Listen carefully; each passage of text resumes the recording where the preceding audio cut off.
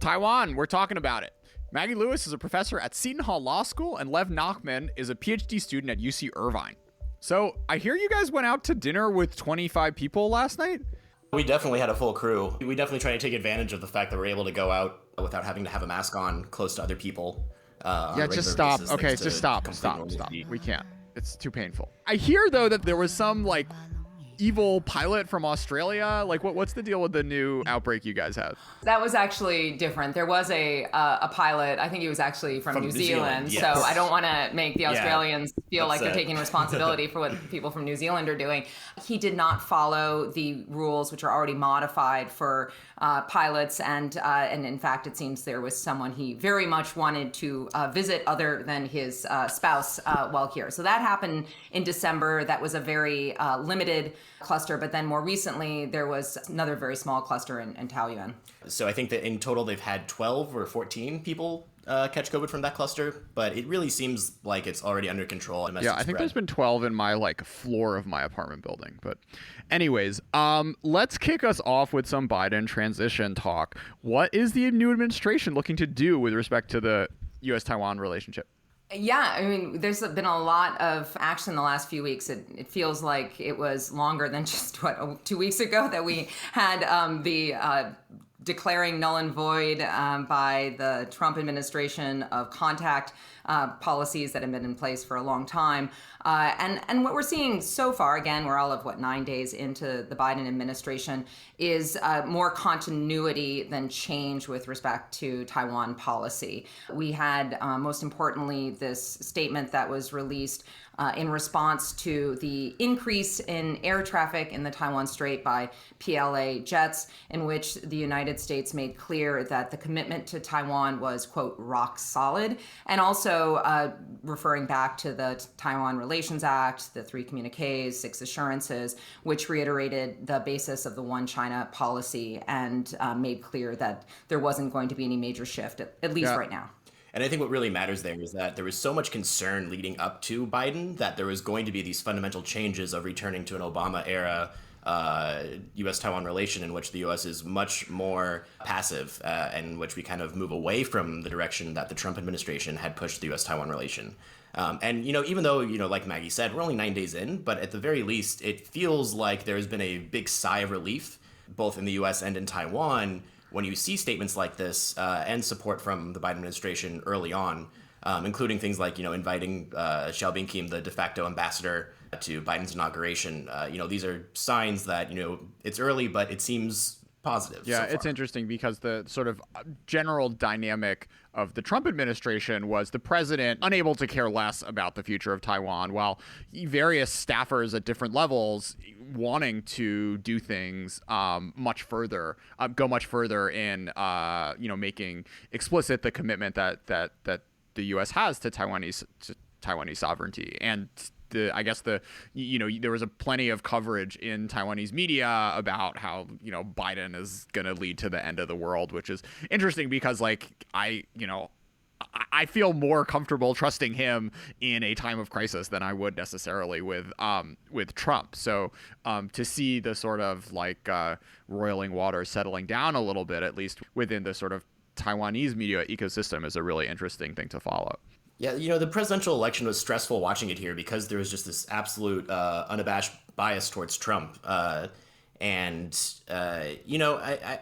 by no means judge, Taiwanese voters who say positive things about Trump or see Trump in a positive light.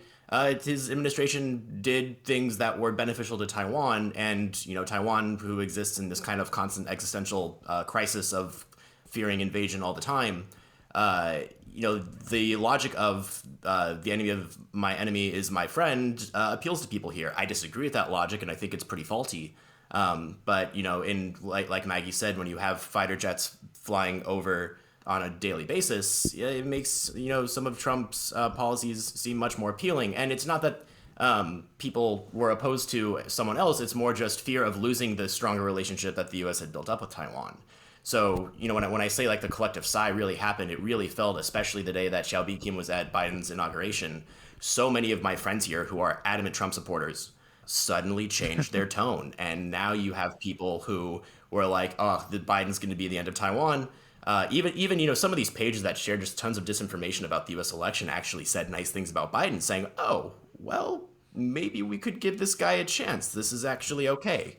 So that it's good. One commentator said that they're hopeful that months from now, no one's going to be talking about whether or not we can trust Biden, and people are just going to naturally trust Biden, which I think and hope is going to be true. To what extent does it matter that the Taiwanese electorate feels confidence in a U.S. president? Like, how would losing that confidence end up impacting the way politicians think, and I guess the way that maybe the mainland thinks about this issue? Last year in the end of 2019. Pew put out their very first survey that they had done in Taiwan that asked Taiwanese people how they feel about the U.S. relationship and about the China relationship. And unsurprisingly, people in Taiwan feel very positive about the U.S.-Taiwan relationship and feel much more critical about the Taiwan-China relationship. Part of my initial concern with kind of how clear support was for Trump in Taiwan was, my line of thinking was, what's this going to do with those numbers that we just, got from Pew that said that people feel really confident and comfortable with the U.S.-Taiwan relationship if they don't have faith in the future U.S. president. Like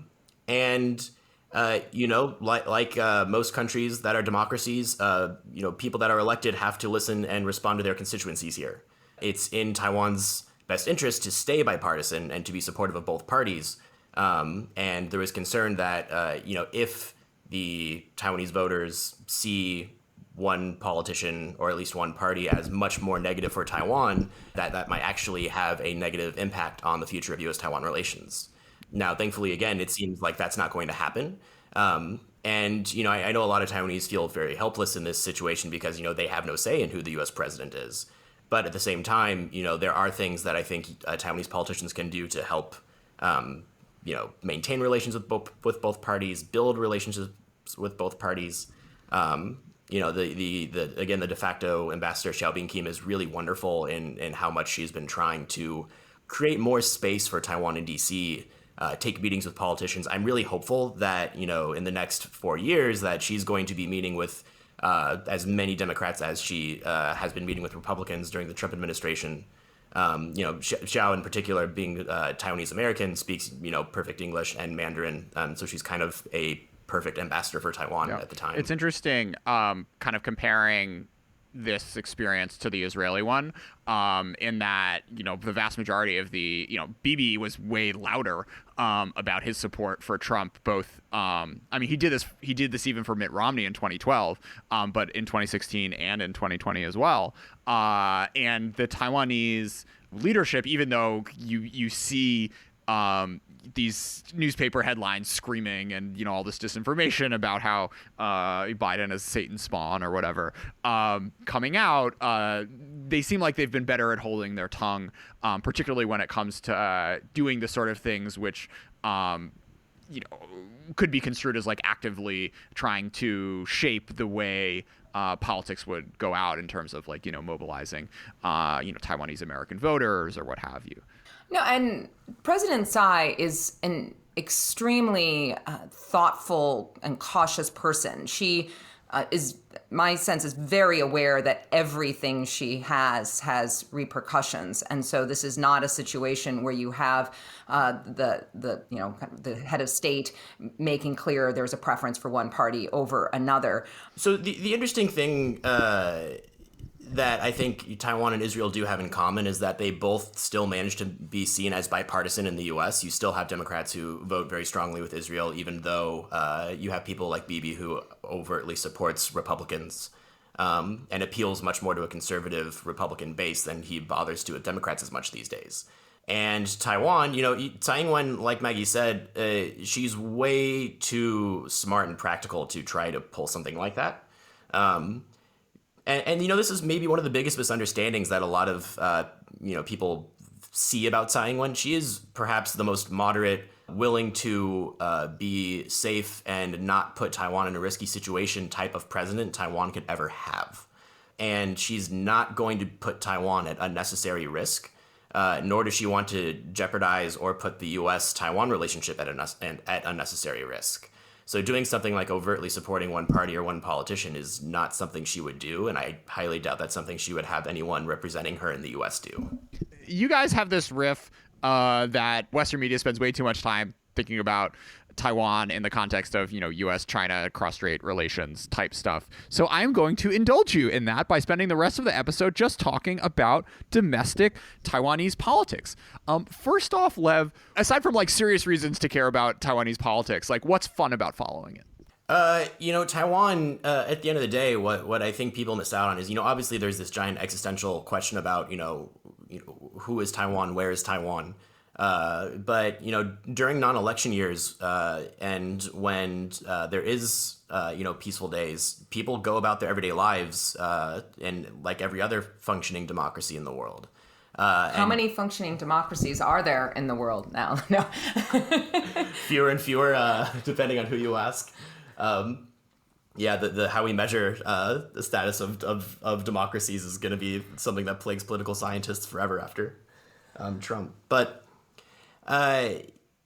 there's so much that can be learned from Taiwan, specifically because of how it developed its democratic institutions, the type of democratic institutions it has, like the way that elections are held in Taiwan, how it compares to other East Asian democracies like South Korea or Japan.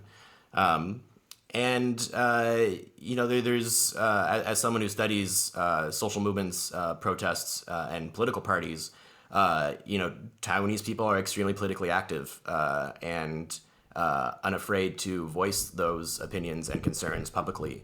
And so for someone like me that's very interested in seeing how people participate in politics, Taiwan is a really, really wonderful case study that is rich with data and lots of people willing to tell me their thoughts and opinions about the world. Let's start out with pork. Why is pork making political headlines? Yeah, racto pork, which always sounds like some sort of evil villain in one of my kids' TV shows. So this is about the long-standing, we're talking decades, issues about whether U.S. pork and beef is also an issue, should be allowed into Taiwan, and in particular concerns about ractopamine. These are additives that are allowed in the United States and generally not in Taiwan. But it's so much more than about the science. And I respect that people want to be cautious about what they are ingesting. But this is a lot about local business, local farmers, a lot about finger pointing between the KMT and DPP. So I find it personally very hard to figure out how much the resistance of people is because of the actual health concerns and how much there are political games that have been going on so long. And certainly even the KMT, they flip-flopped on their position depending on whether this was an issue that they thought they could score some points in digging at Tsai Ing-wen or if they were in power. But more with respect to U.S.-Taiwan relations, and I think it's really important to point out that right now Taiwan is, I think, the U.S.'s ninth largest trading partner. It fluctuates to a little bit. And for Tsai Ing-wen to make this overture of saying that she is willing to relax the standards and willing to allow more imports was a big sign. And I think what we want to see is hopefully with the new USTR, Catherine Tai, that she will be more interested than Lighthizer in looking to revamp and update the U.S.-Taiwan trade relationship. It's not hard to be more interested in doing that than Lighthizer because he didn't even give Taiwan the time of day.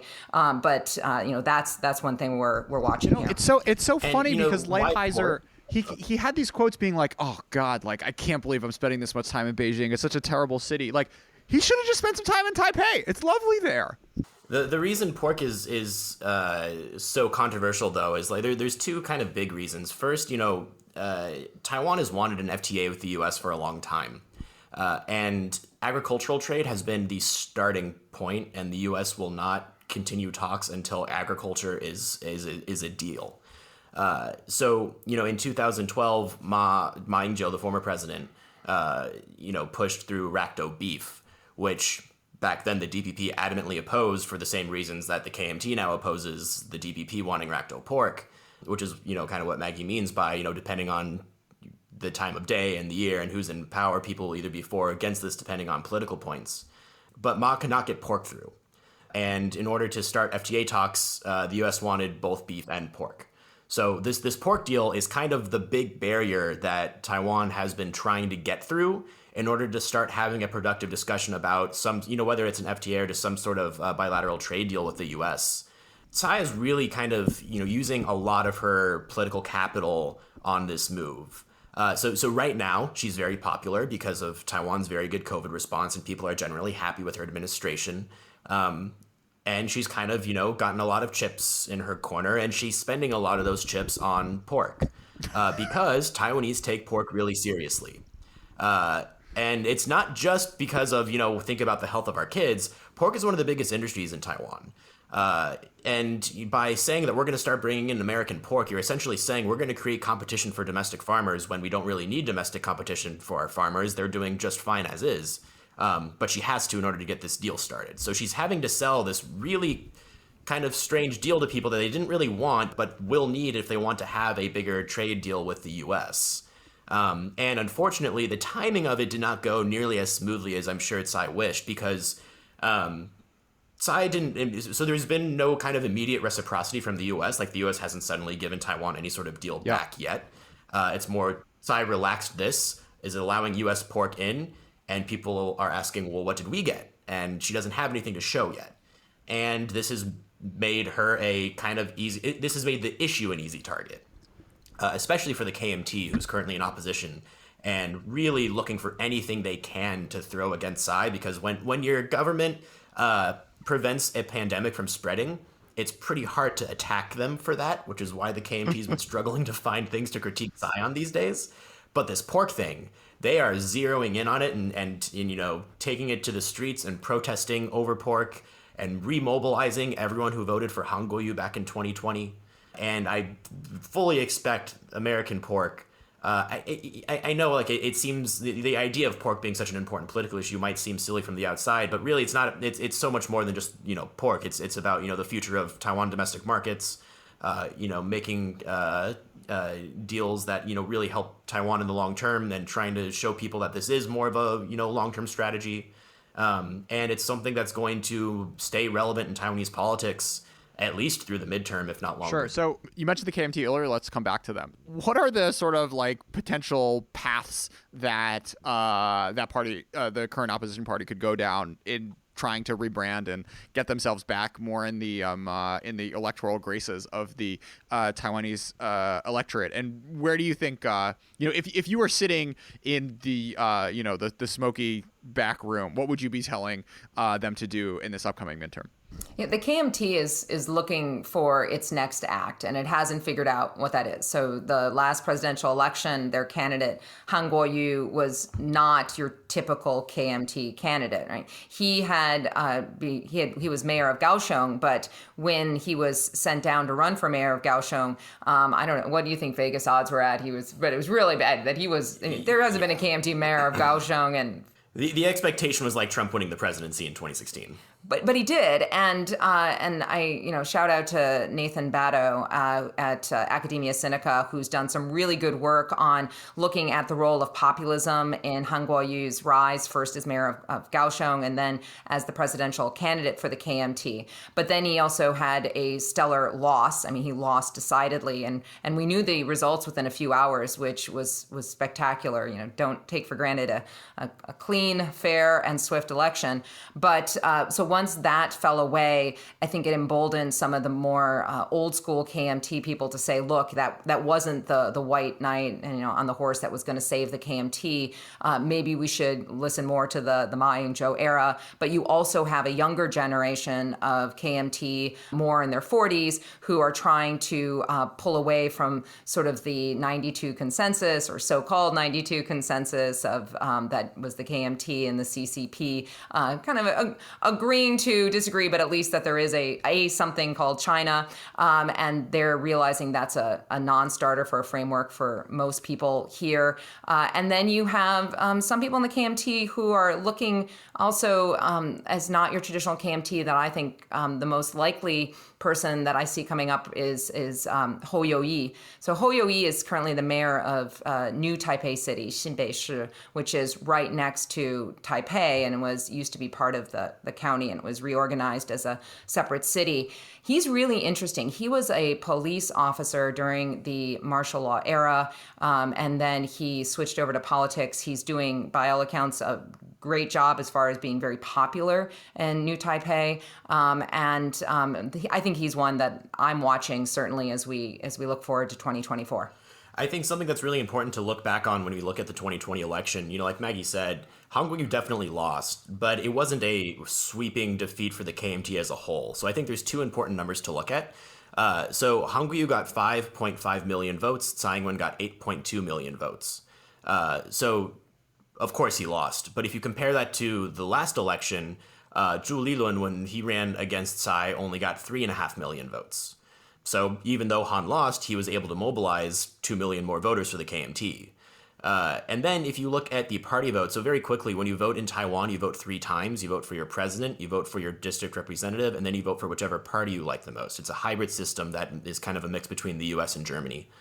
The KMT actually tied the DPP in the party vote. So both the DPP and the KMT got 33% of the total party vote. Now, this tells us that, if you look at the news and headlines and if you look at the actual outcome of the election, the DPP still won overwhelmingly when it came to district races. And the DPP is still the majority in the Legislative Yuan. But what these two numbers tell me is that the KMT is most certainly hurting, but it's not gone. And when I look at the way that the KMT has been able to mobilize its base of support over Raktopork, and I look at how even with a absolute losing candidate like Han Kuo-yu, they were still able to turn out as much as they did.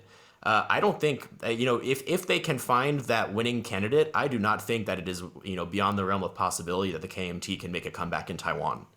And I sometimes I think, because Tsai and the DPP are so popular now, we kind of very quickly write them off. But, under the right circumstances, there's still a chance.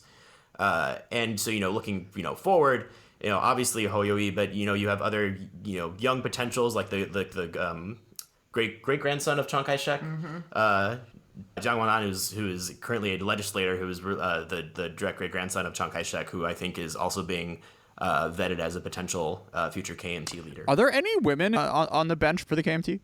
Well, they tried in Kaohsiung. So in 2016, so the 2016 presidential election, if you remember, the KMT had a woman candidate, Hong Xiuzhu, who was so bad they actually withdrew her and put Zhu Lilun in her place at the last minute.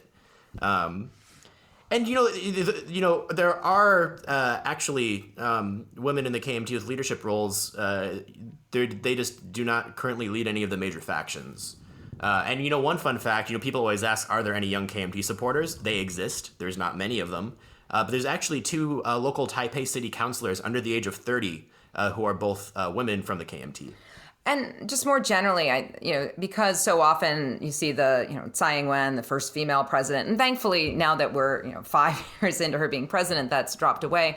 But it is complicated to be a woman in politics here, and there's a lot of misogyny, and some of that is thinly veiled, some of it comes out just full force, and so even though in many ways women have done very well, and not only Tsai Ing-wen, but you had Annette Lu as vice president under Chen Shui-bian, it's still difficult. So those issues have not been resolved. And you see the number that, a large percentage of Taiwanese politicians are women, and Taiwan brags about that, which they should, because it's a good thing. But that's also legally mandated that parties have X percentage women on their candidate lists, and certain percentages of those who run have to be of fair gender representation. Do you know what those numbers? It's good that it's built in the system, but building it into the system doesn't make misogyny go away. 18-year-old voter referendum. What are the dynamics behind that? So this is one of those issues that seemingly every political party is in favor of, which is good because it seems like the KMT has finally figured out they need young voters, and being supportive of lowering the age to 18 might seem like a good idea. Unfortunately, I don't think there's going to be any 18-year-olds voting for the KMT because young people, especially under the age of 40, overwhelmingly do not support the KMT. In fact, most people under the age of 40 have nothing good to say about the KMT, and overwhelmingly support either the DPP or a third party. And it's really as someone I study third parties in Taiwan, so that's really my main interest. Third parties have a particular small advantage in Taiwan relative to, say, like the U.S. because of that party vote. If this was America, if there's a Democrat and a Republican running and you don't like either of them and you really like the Green Party, but there's no way that the Green Party candidate's ever going to win in your district, you can write in Green Party on your party vote, and then they have a chance at getting some representation. And that's really been the secret behind third-party success in Taiwan. And young people who overwhelmingly support third parties more than older voters. If there's essentially two additional cohorts joining in the voting population, that's going to give third parties an even bigger base of support to draw from.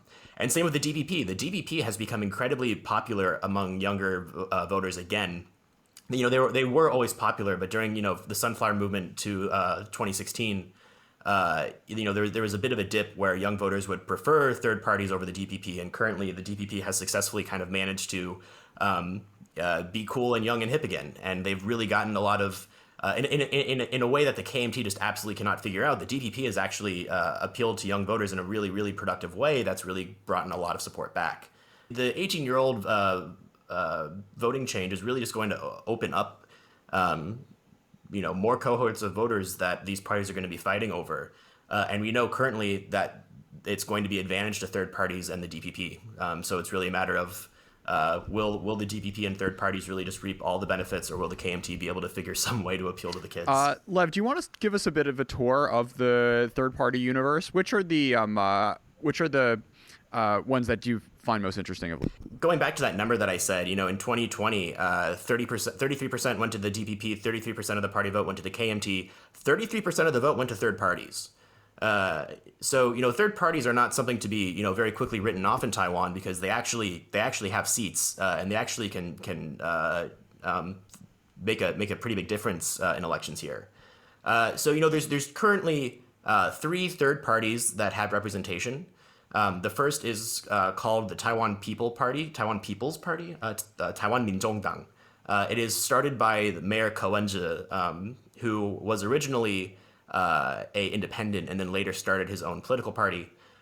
They currently have, I believe, 11 legislatures in the legislative yuan.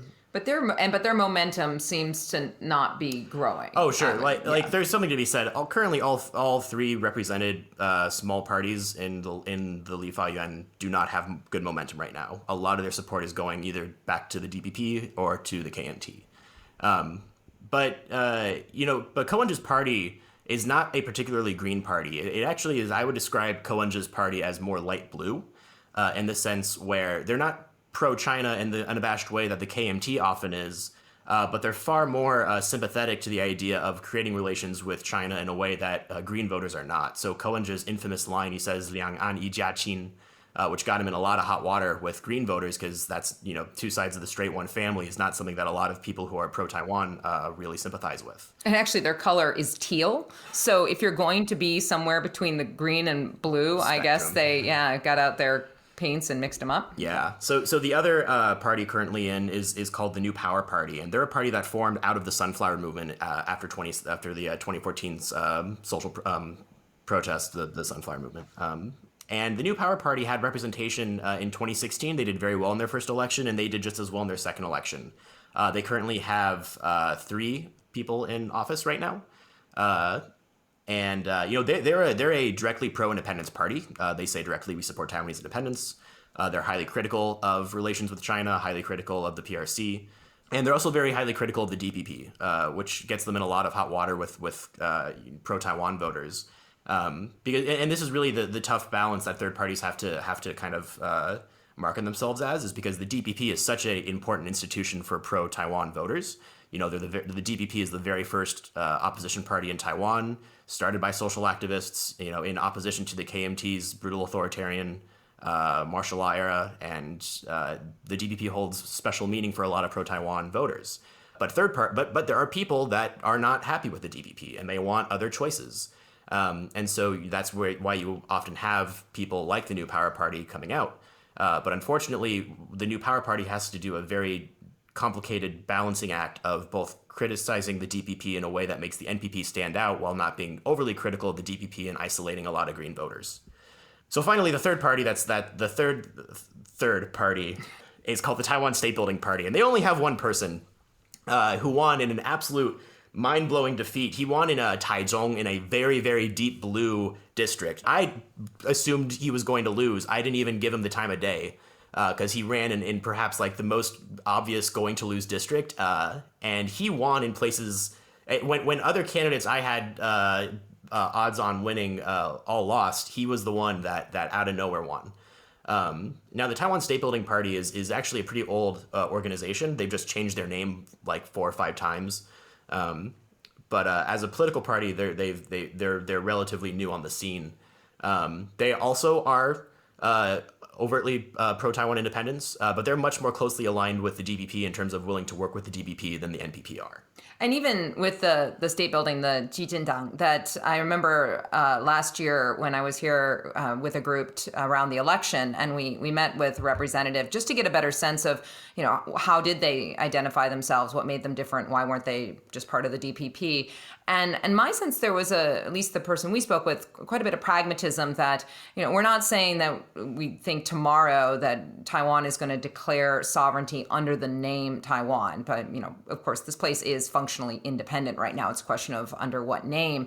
But they said we want that to be part of the conversation. We don't want the status quo moderate view that's under Tsai to make it so we don't have that voice of the people who at least want to keep this as a viable part of what's being discussed. And that's really an important point. These third parties that are overtly pro-independence, they see the DPP and Tsai Ing-wen as pro-status quo, which is not a bad thing.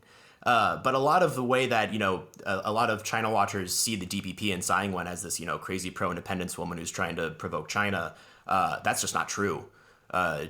Tsai's actually criticized often by those who are deeper green for not being pro-independence enough, and that the DPP is not pro-independence enough. And that Tsai is actually very pragmatic when it comes to how she refers to Taiwan, Taiwan's future, Taiwan's goals. She says in almost all of her speeches where she has to speak on to where Taiwan fits internationally as the Republic of China. Sometimes she says Republic of China, Taiwan. Sometimes she just says Republic of China. But she is not the rabble rouser that she often gets portrayed as. So, what are some of the social issues you guys are following? One of the issues that, again, it feels like a long time ago, but it wasn't that long ago that Taiwan legalized same-sex marriage. And that was really interesting because, at least for me, I'm a lawyer, so I think courts are important. And this was a time that the Constitutional Court was very important because the Constitutional Court had said, government, you must legalize same-sex marriage. It's a constitutional issue. And unlike the United States, where the Supreme Court says it and it has to happen then, one mechanism the court has here is to give a runway, to say, we're giving you here, year or two to figure it out. And if not, there's going to be a default that people are going to have to be able to marry. And so then you had these really complex machinations between the executive branch and the legislature. And finally, a law was passed. Interestingly, it didn't say flat out same-sex marriage. It had this Article 3 relationship. They tried to couch it in more palatable language because the DPP, even though it has progressive in its name, actually has a lot of older, traditionally more conservative values, people in its midst who were not comfortable with same-sex marriage. But it did pass, and we've since seen a more overt embracing. There's always been a big gay pride parade. It was huge this year, especially given that other countries couldn't have that kind of gathering.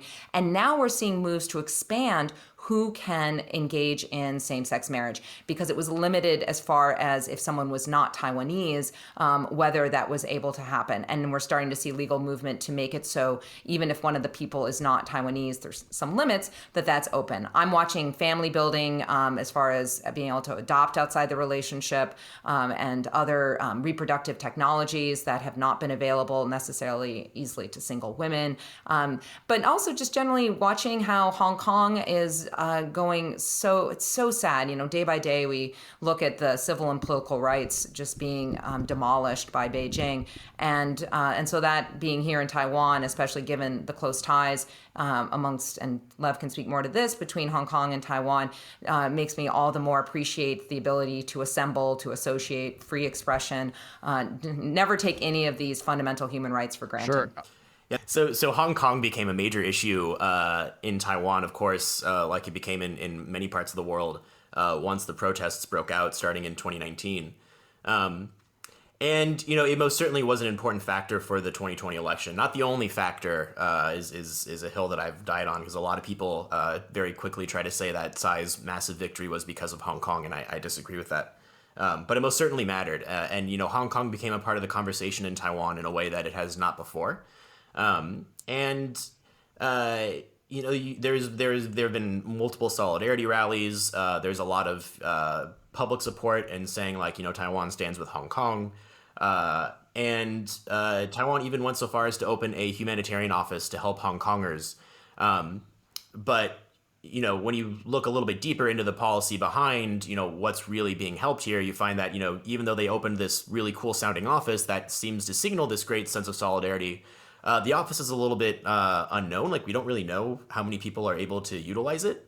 And the language that, some of these like pro Hong Kong policies use is like, if we absolutely welcome Hong Kongers who are looking to come to Taiwan, especially if they're wealthy and can invest, and we'll give special tax breaks to them. And if, they have high tech skills, we'll help them find employment.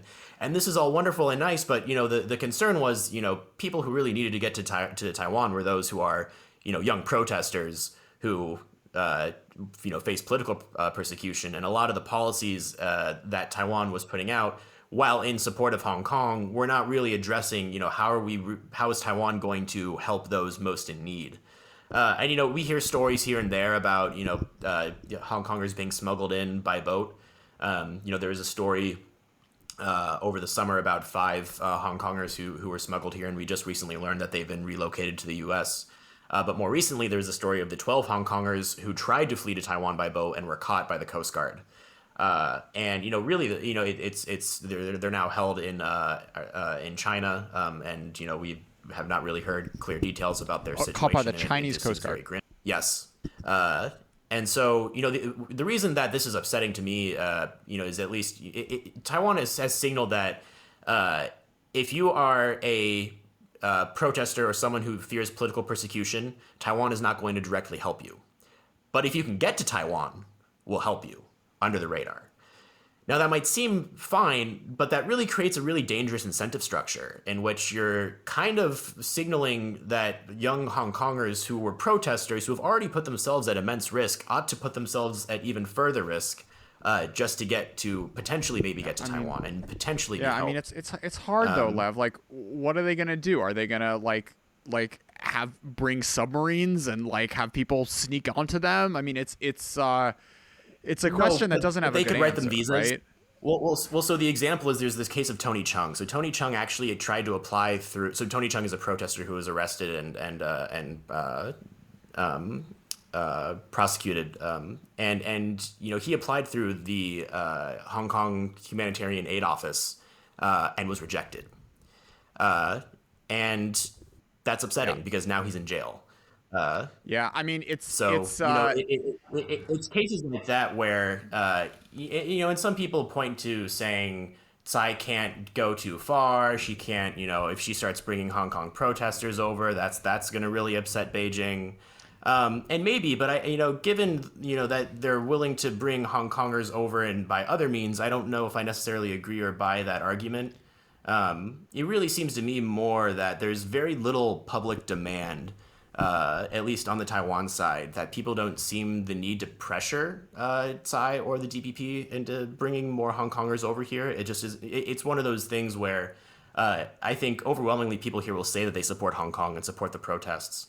But whether or not they really are invested in trying to help bring Hong Kongers to Taiwan, I think is a different issue. I mean, it's so hard because okay, fine, they give that guy the visa and the police will take him off the plane.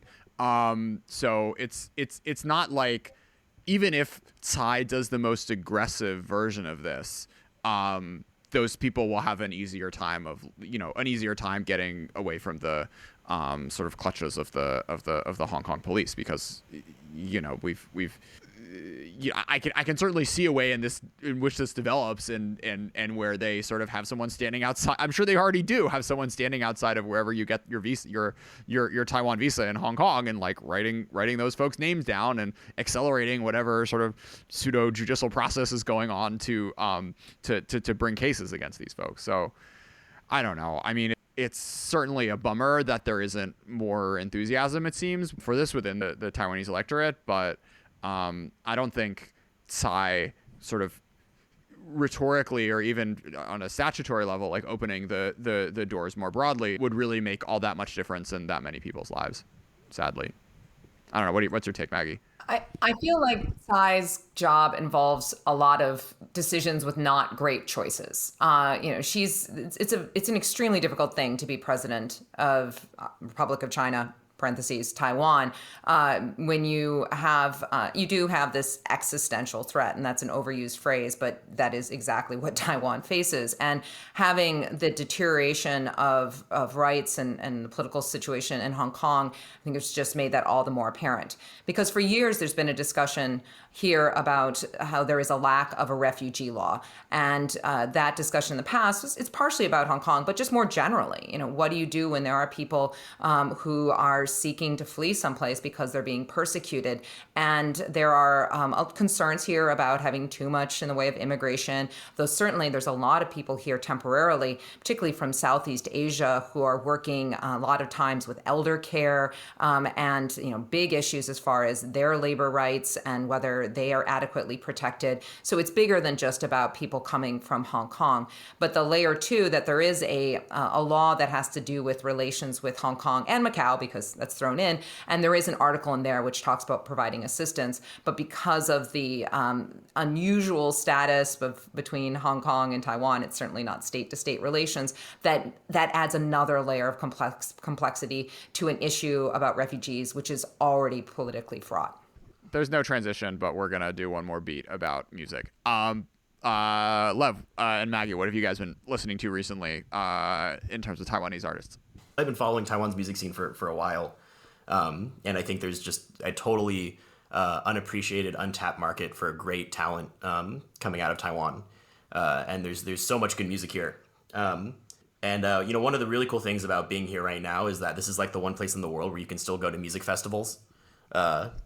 Which, not to rub salt in the wound, but rub it in. I'm going to I'll get closer to the mic, 2 music festivals in the next month because I can.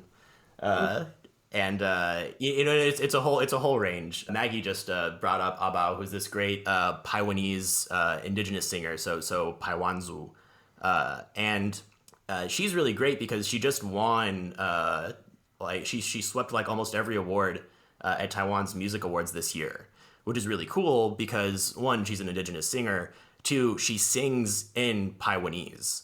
And she had this really great quote in an interview that I really loved where, the song Despacito, that was really popular all over the world for a long time, which is in Spanish. And I don't speak Spanish, and I'm fairly certain a lot of people who really love that song also don't speak Spanish and don't really understand it. And Abao referred to her music in the same way that she hopes people appreciate Despacito or have appreciated Despacito. She hopes that people can listen to her music and appreciate it in the same way, even if they don't understand what she's saying, that they can still, feel something towards the music in a similar way. And she'll mix several languages in a single song. And one thing we haven't talked about is that Taiwan has a significant indigenous population, a number of different groups, different languages. And in addition to dealing with its authoritarian martial law past and transitional justice that is ongoing to address that time, there's also ongoing issues about addressing how the indigenous populations have been harmed by the KMT under martial law, by the Japanese colonial rule, and even more recently since democratization. So especially with all the sad and heart-rending news coming out of Xinjiang and other places, it's also nice to see a place where there's some grappling with, even if a lot of work left to do with respect to the indigenous groups. And for political science nerds, it's really interesting to see how votes play out within Taiwan's indigenous groups, because they overwhelmingly support the KMT when it comes to the polls, which goes against what a lot of people would think. Why would indigenous groups that have been historically marginalized and oppressed still vote for the KMT, who many people here still view as the former colonizer of Taiwan? There's a long explanation, and there's a history of fraught relations between the DPP and indigenous groups as well. But you're starting to see a new change where younger indigenous voters are starting to vote green and support the DPP, while you still have most older voters supporting the KMT. So I've had a few conversations with like young college age China Talk listeners in the past year about like what they should do with their, COVID lives. And I've been telling everyone to just go to Taiwan. What is the status in terms of like folks being able to show up for programs and whatnot as of January 28th, 2021?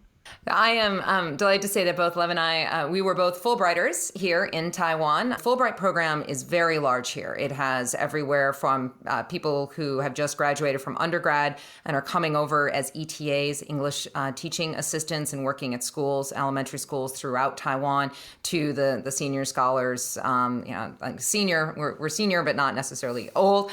And so I'd really recommend looking at Fulbright. And we actually have more people coming than we expected because the Trump administration shut down Fulbright Hong Kong and China programs, which I think was the stupidest decision. I hope Biden will be able to move that back in the other direction soon. So Fulbright's great. There's a lot of other language programs.